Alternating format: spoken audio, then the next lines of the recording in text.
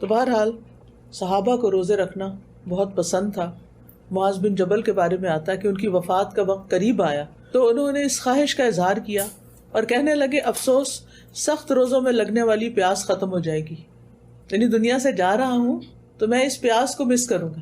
انہیں پتا تھا کہ سفر میں روزہ چھوڑنے کی اجازت ہے، رخصت ہے، لیکن روزے کے اجر کا بھی علم تھا، اس لیے وہ آیت کے اس حصے پر عمل کرتے تھے. وَأَن تَصُومُوا خَيْرٌ لَكُمْ، اگرچہ رخصت ہے لیکن اگر تم روزہ رکھ لو تو بہت اچھا ہے. یعنی جو رکھ سکتا ہے وہ ضرور رکھ لے. اور اکثر صحابہ جو تھے وہ سفر میں بھی روزہ رکھ لیا کرتے تھے، کیونکہ نبی صلی اللہ علیہ وسلم نے فرمایا چاہے تو روزہ رکھ لو، چاہے تو افطار کرو. امام احمد بن حنبل کے بارے میں آتا ہے کہ وہ بھی گرمیوں میں روزے رکھتے، بعض اوقات بے ہوش ہو جاتے روزے کی وجہ سے، تو ان کے چہرے پہ پانی چھڑکا جاتا. اب ہم کچھ بات کریں گے شوال کے 6 روزوں کی. شوال کے روزے رکھنا ایک مسنون عمل ہے، ایک سنت کی پیروی ہے جس کے بارے میں احادیث میں ترغیب دلائی گئی ہے. صحیح مسلم کی روایت ہے ابو ایوب انصاری رضی اللہ عنہ سے، انہوں نے بیان کیا کہ رسول اللہ صلی اللہ علیہ وسلم نے فرمایا جو آدمی رمضان کے روزے رکھے پھر اس کے بعد شوال کے 6 روزے رکھے تو یہ ہمیشہ روزہ رکھنے کی طرح ہے، گویا آپ نے سارا سال روزہ رکھا. من صام رمضان ثم اتبعہ 6 من شوال، یہ سارے سال کے روزے کیسے ہو گئے؟ کیونکہ من جاء بالحسنۃ فلہ عشر امثالھا، جو ایک نیکی لائے گا اس کے لیے اس جیسی 10 نیکیاں ہیں. یعنی پورے رمضان کے روزے اجر میں 10 مہینوں کے روزوں کے برابر ہیں. ایک مہینہ برابر ہے کس کے؟ 10 کے. اور شوال کے 6 روزے 2 مہینوں کے برابر ہو گئے، کیونکہ 3 روزے 30 دنوں کے برابر ہو گئے اور پھر 30 کے تو 2 مہینے بن گئے. یہ سارے سال کے روزے بن گئے، 12 مہینے کے بن گئے. 36 360 ہو گئے. تو ہجری کیلنڈر میں تو 360 ڈیز ہی ہوتے ہیں نا.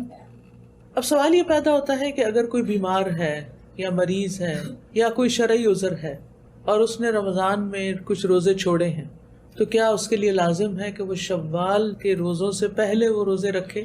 جی ہاں، کیونکہ رمضان کے روزے فرض ہیں اور شوال کے نفل ہیں. رمضان کے روزے نہیں رکھے تو پوچھ ہوگی، اگر شوال کے نہیں رکھے تو پوچھ نہیں ہوگی. تو اس لیے اگر رمضان میں کوئی بیمار ہو گیا، ایک آدھ روزہ چھوڑ دیا یا پیریڈز کی وجہ سے کچھ روزے چھوٹ گئے، اب شوال میں پہلے ان کی قضا دی جائے، ان کو پورا کیا جائے. کیوں؟ تاکہ انسان کے ذمے کچھ باقی نہ رہے. زندگی اور حالات کا کسی کو بھی علم نہیں کہ زندگی کب ختم ہو جائے یا حالات کیسے ناسازگار ہو جائیں، کوئی بیماری آ جائے، کوئی مصروفیت آ جائے کہ انسان کے لیے مشکل ہو جائے. لیکن بات یہ ہے کہ اگر کوئی شخص شوال کے روزے رمضان کے چھوٹے ہوئے روزوں سے پہلے رکھ لے تو کیا اس کو یہی اجر و ثواب ملے گا؟ اگر وہ رمضان کے روزے قضا کر کے رکھے گا تو پھر تو یہی ثواب ملے گا. اور بعض علماء کہتے ہیں کہ اگر اس نے قضا نہیں رکھے اور ویسے رکھ لیے تو وہ خاص فضیلت حاصل نہیں ہوگی. بعض کہتے ہیں ہو جائے گی کیونکہ اس کی نیت ہے کہ وہ اپنے قضا روزے بھی رکھے. تو احتیاط اسی میں ہے کہ پہلے چھوٹے ہوئے روزے رکھ لیے جائیں اور اس کے بعد قضا روزے رکھے جائیں. اب یہ جو نفلی روزے ہوتے ہیں ان کے کچھ خاص مسائل بھی ہوتے ہیں جو فرضی روزوں سے مختلف ہوتے ہیں. نمبر 1 یہ ہے کہ فرض روزے کی طرح سنت یا نفل روزے کے لیے رات سے ہی نیت کرنا ضروری نہیں. فرض روزے میں تو ہم رات کو ہی نیت کر لیتے ہیں نا کہ صبح اٹھنا ہے، روزہ رکھنا ہے. اگر فجر کے بعد دن کے کسی بھی حصے میں روزہ رکھنے کا ارادہ ہو جائے اور فجر کے بعد سے کچھ کھایا پیا نہیں تو روزہ رکھنا جائز ہے. مثلاً آپ نے آدھا دن کچھ نہیں کھایا، آپ مثلاً صبح نماز پڑھ کے پانی بھی نہیں پیا، کچھ بھی نہیں کھایا، سو گئے، ظہر کے وقت اٹھے تو آپ کہتے ہیں آدھا دن تو گزر ہی گیا ہے، اب میں روزہ ہی رکھ لوں. تو آپ رکھ سکتے ہیں، ٹھیک ہے. باقی آدھے دن کا آپ کچھ نہیں کھائیں اور آپ کا روزہ ہو جائے گا. یہ فرق ہے. لیکن رمضان کے روزے میں یہ نہیں کر سکتے، اس میں روزہ رکھنے سے پہلے ہی نیت کرنی ہوگی روزہ رکھنے کی.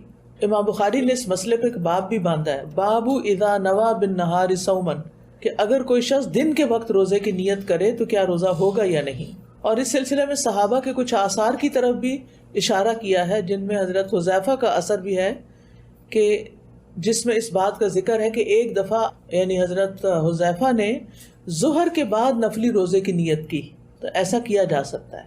اسی طرح نفلی روزہ پورا کیے بغیر افطار کر لینے سے کوئی گناہ نہیں ہوتا. مثلاً آپ نے روزہ رکھا کہ آپ کی کسی دوست نے آپ کو بلایا، جب آپ اس کے گھر جاتے ہیں تو وہ اصرار کرتی ہے کہ کچھ کھا لیں، آپ کہتے ہیں میرا روزہ ہے، وہ پھر اصرار کرتی ہے کوئی نہیں نفلی روزہ کھا لو، اور آپ کھا لیتے ہیں تو کوئی حرج نہیں، کوئی گناہ نہیں، یعنی یہ روزہ توڑنے میں نہیں آئے گا، اس کو روزہ توڑنا شمار نہیں کیا جائے گا، یعنی اس پر نہ کوئی گناہ لازم ہوگا نہ اس کی قضا دینی لازم ہے، چاہے کسی شرعی عذر کے ساتھ افطار کیا جائے یا بغیر شرعی عذر کے۔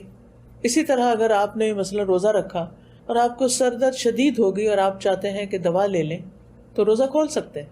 صحیح مسلم میں حضرت عائشہ سے روایت ہے، ایک دن رسول اللہ صلی اللہ علیہ وسلم نے مجھ سے فرمایا، اے عائشہ کیا تمہارے پاس کھانے کی کوئی چیز ہے؟ تو میں نے عرض کیا، اللہ کے رسول ہمارے پاس کوئی چیز نہیں۔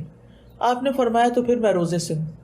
اس کے بعد رسول اللہ صلی اللہ علیہ وسلم باہر تشریف لے گئے تو ہمارے پاس ہدیہ بھیجا گیا۔ جب رسول اللہ صلی اللہ علیہ وسلم واپس تشریف لائے، میں نے عرض کیا، اے اللہ کے رسول ہمیں ہدیہ دیا گیا ہے اور میں نے آپ کے لیے بھی کچھ محفوظ کر کے رکھا ہے، سنبھال کے رکھا ہے۔ آپ نے فرمایا وہ کیا ہے؟ تو میں نے عرض کیا وہ حیث ہے۔ حیث کہتے ہیں کھجور، گھی اور پنیر سے بنا ہوا کھانا، حلوہ ہی ہوا ایک طرح سے۔ آپ نے فرمایا اسے لائیے، تو میں اسے لے آئی تو آپ نے اسے کھا لیا۔ پھر آپ نے فرمایا میں نے تو روزے کی حالت میں صبح کی تھی، یعنی روزہ رکھا ہوا تھا لیکن جب یہ کھانا آیا تو میں نے روزہ کھول کے کھا لیا۔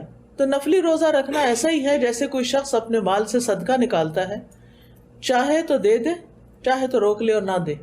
کئی دفعہ ایسا ہوا ہوگا آپ کے ساتھ بھی کہ آپ نے سوچا ہوگا کہ میں نا فلاں کو اتنے پیسے دوں گی یا فلاں جگہ اتنا خرچ کروں گی، پھر جب وہ وقت آیا، وہ جگہ آئی خرچ کرنے کی، تو آپ نے کہا نہیں اتنا نہیں، اتنا کم کر دیا، تو کیا آپ پر کوئی گناہ ہوگا؟ نہیں، گناہ نہیں ہوگا۔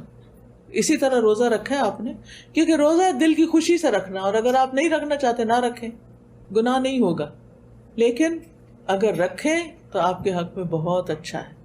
اور جہاں تک شوال کے مہینے کا تعلق ہے تو شوال ایک بڑا ہی خوبصورت مہینہ ہے جو رمضان کے فوراً بعد آتا ہے، جس میں اکثر لوگوں کی شادیاں بھی ہوتی ہیں۔ پھر اسی طرح حج کے مہینوں کی ابتدا بھی شوال سے ہو جاتی ہے، حاجی تیاری شروع کر دیتے ہیں، فلائٹس شروع ہو جاتی ہیں، اور شوال میں سب کا رجحان حج کی طرف ہو جاتا ہے۔ اگر کسی کا اعتکاف رہ گیا ہو تو اس کی قضا بھی ہو جاتی ہے اس مہینے میں، یعنی کوئی رمضان میں اعتکاف کرنے والا تھا نہیں کر پایا تو شوال میں کر لے۔ یاد رکھیے شوال کے روزے سنت ہیں یا مستحب کہہ لیں، واجب نہیں، اور ان کی فضیلت بہت زیادہ ہے، اجر بہت بڑا ہے، کیونکہ اگر یہ 6 روزے رکھ لیے جائیں رمضان کے بعد تو مکمل سال کے روزوں کا ثواب ملتا ہے۔ پھر اسی طرح شوال کے روزے رمضان کے روزوں میں کمی بیشی کا عوض بھی ہیں۔ کیا مطلب ہے اس بات کا؟ اگر رمضان کے روزوں میں آپ سے کوئی کوتاہی ہو گئی، روزہ رکھ کے آپ کے منہ سے کوئی ایسی بات نکلی، تو ایک طرح سے کفارہ بھی ہے ان کا۔ حدیث میں آتا ہے قیامت کے روز بندے سے سب سے پہلے اس کی نماز کا محاسبہ ہوگا، اگر وہ ٹھیک رہی تو کامیاب ہو گیا اور نجات پا گیا، اور اگر وہ خراب نکلی تو وہ ناکام اور نامراد رہا، اور اگر اس کی فرض نمازوں میں کوئی کمی ہوگی تو رب عز و جل فرشتوں سے فرمائے گا دیکھو میرے اس بندے کے پاس کوئی نفل نماز ہے، چنانچہ فرض نماز کی کمی کی تلافی اس کی نفل سے کر دی جائے گی۔ پھر اسی انداز سے سارے اعمال کا محاسبہ ہوگا کہ رمضان کے روزے میں اگر کوئی کمی بیشی ہو گئی تو وہ یعنی شوال کے روزوں سے پوری کر دی جائے گی۔ پھر یہ قضا جلدی ادا کرنے کا مہینہ بھی ہے۔ جو شخص یہ چاہتا ہے کہ وہ شوال کے روزوں سے پورا فائدہ اٹھائے، وہ کیا کرے گا کہ اس سے پہلے میں جلدی سے اپنی قضا پوری کر لوں، تو اس طرح قضا بھی ٹائم پر ہو جائے گی، ورنہ تو سارا سال لڑکتی رہتی، اچھا ابھی رکھتے ہیں، اور جتنے ہم رمضان سے دور ہو جاتے ہیں اتنا ہی روزہ رکھنا ہمیں انتہائی مشکل کام نظر آتا ہے۔ تو جو رمضان کے بعد شوال کے روزے رکھتا ہے وہ اس اجر کو پا لیتا ہے جو ان کے ساتھ وابستہ ہے۔ لیکن یہ یاد رکھیے کہ قضا روزہ اور شوال کا روزہ اکٹھا نہیں کیا جا سکتا، کہ مثلا آج میں نے روزہ رکھا اور میں کہوں یہ میرا قضا بھی اور آج شوال کا بھی ہے، یہ نہیں ہو سکتا۔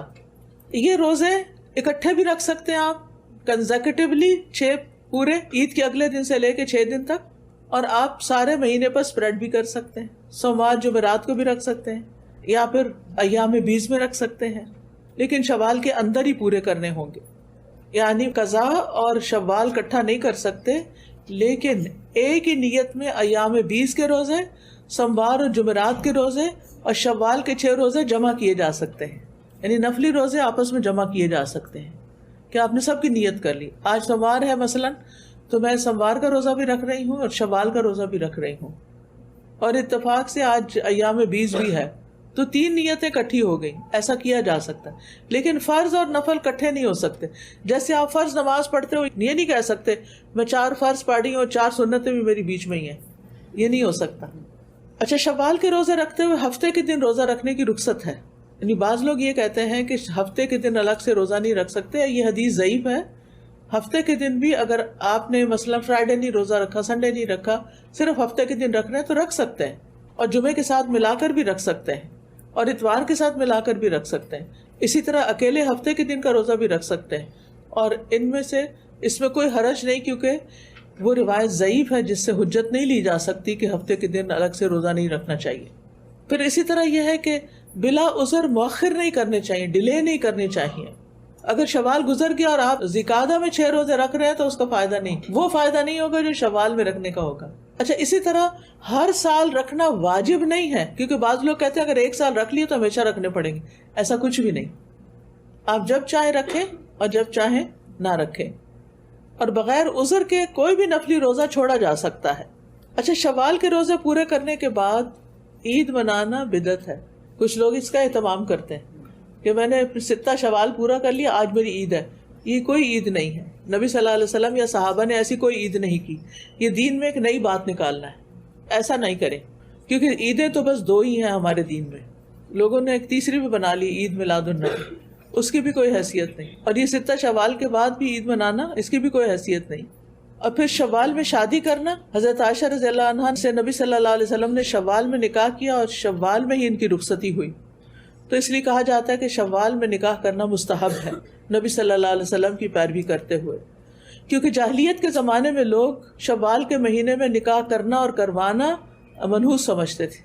حضرت عائشہ پسند کرتی تھی کہ اپنے رشتہ دار عورتوں کی رخصتی شوال میں کریں، اور بعض لوگوں کا عقیدہ یہ ہے کہ 2 عیدوں کے بیچ میں شادی نہیں کرنی چاہیے، تو یہ بھی غلط ہے. کسی بھی مہینے میں شادی کی جا سکتی ہے اور کسی بھی دن میں کی جا سکتی ہے. تو روزہ رکھتے ہوئے یہ جو روزہ رکھ رہے ہیں آپ اپنی نیتوں تھوڑی وسیع کر لیں. ایک یہ کہ اللہ ان روزوں کی وجہ سے میرے رمضان کے روزوں میں کوئی کمی بیشی ہو گئی ہو تو آپ اس کو پورا کر دیں. دوسرا یہ کہ رمضان کی نعمت کا شکر ادا کر رہے ہیں کہ اللہ تیرا شکر ہے تو انہیں رمضان پورا کروا دیا، اب ہم شوال میں شکرانہ ایک طرح سے ادا کر رہے ہیں. پھر یہ ہے کہ اللہ تعالیٰ کی اطاعت پر ثابت قدمی، کہ جس طرح 30 دن ہم ثابت قدم رہے، اب بھی ہم ثابت قدم رہ سکتے ہیں، یعنی اطاعت پر ثابت قدمی. اور اچھے خاتمے کی امید بھی رکھیں کہ ہو سکتا ہے کہ اسی روزے کی حالت میں دنیا سے چلی جاؤں.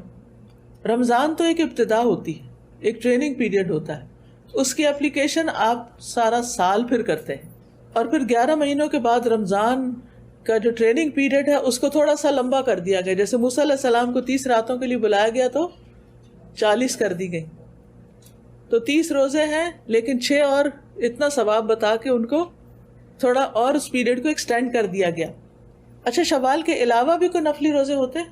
یوم عرفہ کا روزہ، عاشورہ اور محرم کا روزہ، پیر جمعرات کا روزہ، ایام 20 کے روزے، محرم کا روزہ، ہر مہینے کے 3 روزے، اور صوم داؤدی بھی. صوم داؤدی پتہ ہے نا آپ کو؟ رسول اللہ صلی اللہ علیہ وسلم نے حضرت عبداللہ ابن عمر سے فرمایا اللہ تعالیٰ کے نزدیک سب سے زیادہ پسندیدہ روزے داؤد علیہ السلام والے روزے ہیں، اور سب سے پسندیدہ نماز بھی داؤد علیہ السلام کی نماز ہے. وہ پہلی آدھی رات تک سوتے اور تہائی رات قیام کرتے، پھر رات کا چھٹا حصہ دوبارہ سو جاتے. وہ ایک دن ناغہ کرتے اور ایک دن روزہ رکھتے، سارا سال ایسے ہی کرتے تھے. پھر اسی طرح یہ ہے کہ اگر ہفتے کا ایک دن انسان روزہ رکھ لیتا ہے نا تو باقی دنوں میں بھی اجر ملتا ہے اس کو. عبداللہ ابن عمر کہتے ہیں کہ رسول اللہ صلی اللہ علیہ وسلم نے فرمایا تم ایک دن کا روزہ رکھو، یہ تمہارے لیے باقی دنوں کا بھی اجر بن جائے گا. تو انہوں نے عرض کیا میں تو اس سے زیادہ کی طاقت رکھتا ہوں. آپ نے فرمایا تو 2 دنوں کا روزہ رکھو، یہ تمہارے لیے باقی دنوں میں بھی اجر بن جائے گا. انہوں نے عرض کیا میں تو اس سے بھی زیادہ کی طاقت رکھتا ہوں. تو آپ نے فرمایا تو 3 روزے رکھ لو اور یہ تمہارے باقی دنوں میں بھی اجر کا باعث بن جائیں گے. انہوں نے کہا میں اس سے زیادہ کی طاقت رکھتا ہوں. تو آپ نے فرمایا 4 دن رکھ لو اور یہ تمہارے لیے باقی دنوں میں اجر کا باعث بنے گا. اس نے عرض کیا میں تو اس سے بھی زیادہ کی طاقت رکھتا ہوں. تو آپ نے فرمایا تو وہ روزے رکھ لو جو اللہ تعالیٰ کے ہاں سب سے فضیلت والے ہیں، اور وہ داؤد علیہ السلام کے روزے ہیں. ایک دن وہ روزہ رکھتے تھے اور ایک دن افطار کرتے تھے. اچھا، سوموار اور جمعرات کو روزہ کیوں رکھا جاتا ہے؟ اس دن اعمال اللہ تعالیٰ کی طرف اٹھائے جاتے ہیں۔ اسامہ بن زید کہتے ہیں کہ میں نے کہا، اللہ کے رسول، آپ کبھی اس قدر روزے رکھتے ہیں کہ لگتا ہے آپ چھوڑیں گے نہیں، اور کبھی اس قدر چھوڑتے ہیں لگتا ہے کہ رکھیں گے نہیں، مگر 2 دنوں کا ضرور رکھتے ہیں۔ آپ کے عمومی روزوں میں آ جائیں تو فبہا، ورنہ آپ کا روزہ خصوصاً ان دنوں میں ہوتا۔ آپ نے فرمایا کون سے 2 دن؟ میں نے کہا سوموار اور جمعرات۔ آپ نے فرمایا یہ 2 دن ایسے ہیں کہ ان میں رب العالمین کے ہاں اعمال پیش ہوتے ہیں، اور میں چاہتا ہوں کہ میرے عمل پیش ہوں تو میں روزے سے ہوں۔ آپ نے سوموار کے روزے کی اہمیت اس طرح بھی بتائی، آپ سے پوچھا گیا کہ سوموار کے روزے کے بارے میں بتائیے، تو آپ نے فرمایا یہ وہ دن ہے جس میں مجھے پیدا کیا گیا، اور اسی دن مجھے مبعوث کیا گیا، اور اسی دن مجھ پر وحی نازل کی گئی۔ تو سوموار کا دن ہفتے کے دنوں میں سے ایک اہم دن ہے جمعے کے بعد۔ حضرت عائشہ کہتی ہے کہ بے شک رسول اللہ صلی اللہ علیہ وسلم خوب کوشش سے طلبگار رہتے تھے شعبان، پیر اور جمعرات کے روزوں، یعنی پوری محنت اور کوشش سے یہ روزے رکھتے تھے۔ ابن عمر کہتے ہیں کہ رسول اللہ صلی اللہ علیہ وسلم ہر ماہ میں 3 روزے رکھتے تھے، ایک تو مہینے کی پہلی پیر کو، اور دوسرا اس کے بعد کی جمعرات کو، اور پھر تیسرا اس کے بعد کی جمعرات کو، اور اس طرح ایک مہینے میں 3 روزے پورے کر لیتے، یعنی ایک جمعرات اور 2 سومواروں کا روزہ۔ ایک تو نا ایام 20 کے 3 روزے، اور ایام 20 کے علاوہ اگر آپ ان 3 دنوں میں پیریڈ سے ہیں یا نہیں رکھ سکتے اکٹھے تو آپ اس ترتیب سے بھی رکھ سکتے ہیں، یعنی ایک دن سوموار کا، اگلے ہفتے جمعرات کا، اور پھر دوبارہ سوموار کا۔ اور اسی طرح قمری مہینے کی 13ویں، 14ویں اور 15ویں رات کو چاند زیادہ چمکتا ہے تو ان کو پھر ایام 20 کہا جاتا ہے، اس میں بھی روزہ رکھا جا سکتا ہے۔ نبی صلی اللہ علیہ وسلم نے فرمایا ہر مہینے 3 روزے اور ایک رمضان کے بعد دوسرے رمضان کے روزے رکھنا ساری عمر کے روزوں کے برابر ہے۔ یعنی اگر کسی کو یہ نصیب ہو جائے کہ ہر رمضان کے روزے رکھے اور پھر ہر مہینے 3 روزے رکھے، گویا اس نے پوری زندگی روزوں میں گزاری، باب الریان سے داخلہ ہو جائے گا۔ پھر اسی طرح یہ ہے کہ افضل تو ہے سوموار اور جمعرات کا روزہ رکھنا، لیکن اگر کسی اور دن کا بھی رکھ لے تو بھی ٹھیک ہے، اس کی پرواہ نہیں کرتے تھے کہ کون سے دن کا روزہ ہے۔ ابو عثمان نہدی کہتے ہیں کہ میں ایک مرتبہ 7 دن تک ابو ہریرہ کے ہاں مہمان رہا۔ انہوں نے اپنی بیوی اور خادم کے ساتھ رات کو 3 حصوں میں تقسیم کر رکھا تھا۔ پہلے ایک آدمی نماز پڑھتا، پھر دوسرے کو جگا دیتا، وہ نماز پڑھتا، پھر وہ سو جاتا اور تیسرے کو جگا دیتا، یعنی ساری رات گھر میں عبادت ہوتی رہتی تھی، ایک اٹھتا پھر دوسرا اٹھتا پھر تیسرا اٹھتا، باری باری سو بھی لیتے اور باری باری عبادت بھی کرتے۔ میں نے پوچھا اے ابو ہریرہ آپ روزہ کس ترتیب سے رکھتے ہیں؟ فرمایا میں تو مہینے کے آغاز میں ہی 3 روزے رکھ لیتا ہوں، شروع میں ہی، اور اگر کوئی مجبوری پیش آئے تو آخر میں بھی رکھ لیتا ہوں۔ اور ابو ہریرہ نے کہا کہ ایک مرتبہ رسول اللہ صلی اللہ علیہ وسلم نے اپنے صحابہ کے درمیان کچھ کھجوریں تقسیم فرمائیں، مجھے 7 کھجوریں ملی، جن میں سے ایک ردی کھجور بھی تھی۔ میرے نزدیک وہ ان میں سب سے زیادہ عمدہ تھی کہ اسے سختی سے مجھے چبانا پڑ رہا تھا۔ یعنی صحابہ کی پازیٹیوٹی دیکھیں، ہر چیز میں مثبت پہلو نکال لیتے ہیں۔ ٹھیک ہے یہ بہت نرم نہیں، سخت ہے، اور دیر تک مجھے کھانے کا موقع مل جاتا ہے، جیسے چوارے ہوتے ہیں نا۔ اور پھر یہ کہ ایک حدیث میں بھی آتا ہے کہ ہر مہینے میں 3 دن کا روزہ بہترین روزہ ہے، اور ایک اور روایت کے مطابق سینہ کے کینے کو دور کرنے کا سبب ہے۔ رسول اللہ صلی اللہ علیہ وسلم نے فرمایا صبر کے مہینے کے روزے یعنی رمضان کے اور ہر مہینے 3 روزے رکھنا سینے کے کینے کو دور کر دیتا ہے، تزکیہ کا باعث ہے۔ ابو ذر کہتے ہیں میں نے رسول اللہ صلی اللہ علیہ وسلم کو فرماتے ہوئے سنا صبر کے مہینے کے روزے اور ہر مہینے کے 3 روزے رکھنا ایسے ہی ہے جیسے ہمیشہ روزہ رکھنا، اس سے سینے کا کینہ دور ہو جاتا ہے۔ میں نے پوچھا کہ سینے کے کینے سے کیا مراد ہے؟ فرمایا شیطانی گندگی، دل میں جو وسوسے آتے ہیں، بے چینی ہوتی ہے، اضطراب ہوتا ہے، ڈپریشن ہوتا ہے، اس کا علاج بھی ہے یہ روزے، اور یہ 3 روزے ایام 20 میں رکھے تو افضل ہے۔ عبداللہ رضی اللہ عنہ کہتے ہیں کہ رسول اللہ صلی اللہ علیہ وسلم ہر مہینے کے درمیان میں پوری چاندنی راتوں والے 3 دن روزے رکھتے تھے، اور عاشورہ کا روزہ 9 اور 10 محرم کا روزہ ہے۔ اس کا کیا فائدہ ہے؟ اس کے بارے میں آپ نے فرمایا یہ روزہ گزرے ہوئے 1 سال کے گناہوں کا کفارہ بن جاتا ہے۔ اور محرم کے روزے، پورا مہینہ روزے رکھنا، رسول اللہ صلی اللہ علیہ وسلم نے فرمایا رمضان کے روزوں کے بعد سب سے زیادہ فضیلت والے روزے اللہ کے مہینے محرم کے ہیں، اور فرض نماز کے بعد سب سے زیادہ فضیلت والی نماز رات کی نماز ہے۔ پھر عرفہ کا روزہ، جب آپ سے عرفہ کے روزے کے بارے میں پوچھا گیا تو آپ نے فرمایا گزرے ہوئے 1 سال اور آنے والے 1 سال کے گناہوں کا کفارہ بن جاتا ہے۔ پھر اسی طرح شعبان کے روزے، آپ نے فرمایا، حضرت اسامہ کہتے ہیں میں نے عرض کیا اللہ کے رسول میں نے آپ کو کسی مہینے میں اتنے روزے رکھتے نہیں دیکھا جتنے آپ شعبان میں رکھتے ہیں. آپ نے فرمایا یہ وہ مہینہ ہے کہ لوگ اس سے غفلت کر جاتے ہیں. یہ رجب اور رمضان کے درمیان ہے اور یہ وہ مہینہ ہے کہ اس میں رب العالمین کے ہاں انسانوں کے اعمال پیش کیے جاتے ہیں. تو میں چاہتا ہوں کہ میرے اعمال پیش ہوں تو میں روزے سوں. پھر رجب کے مہینے میں روزے. سعید بن جبیر سے سوال کیا گیا رجب کے روزوں کے بارے میں، تو وہ کہتے ہیں مجھے ابن عباس نے خبر دی کہ بے شک رسول اللہ صلی اللہ علیہ وسلم کبھی مسلسل روزے رکھتے کہ ہم کہنے لگتے کہ اب آپ ناغہ نہیں کریں گے، اور کبھی اتنی مدت روزے چھوڑتے کہ ہم کہتے کہ آپ روزہ نہ رکھیں گے. اور اس میں وہ رجب، شعبان، رمضان یعنی مسلسل روزے رکھتے. اصل بات یہی ہے کہ دل کی خوشی سے اگر انسان ایک روزہ بھی رکھتا ہے تو اللہ تعالیٰ اسے جہنم سے 100 سال کے فاصلے پر کر دیتا ہے. عامر بن عبداللہ سے ایک بار سوال کیا گیا آپ ساری رات جاگنا اور دن کی گرمی میں پیاسے رہنا کیسے برداشت کر لیتے ہیں؟ انہوں نے جواب دیا کیا یہ صرف دن کا کھانا رات تک اور رات کی نیند دن تک منتقل کرنے سے کچھ زیادہ ہے؟ یہ کوئی بڑی بات نہیں. فضیل بن ایاز کہتے ہیں اگر آپ رات کا قیام اور دن میں روزہ نہیں رکھ سکتے تو جان لیں کہ آپ یقیناً محروم اور محدود رکھے گئے ہیں اور اپنے گناہوں کے ہاتھوں جکڑے ہوئے ہیں.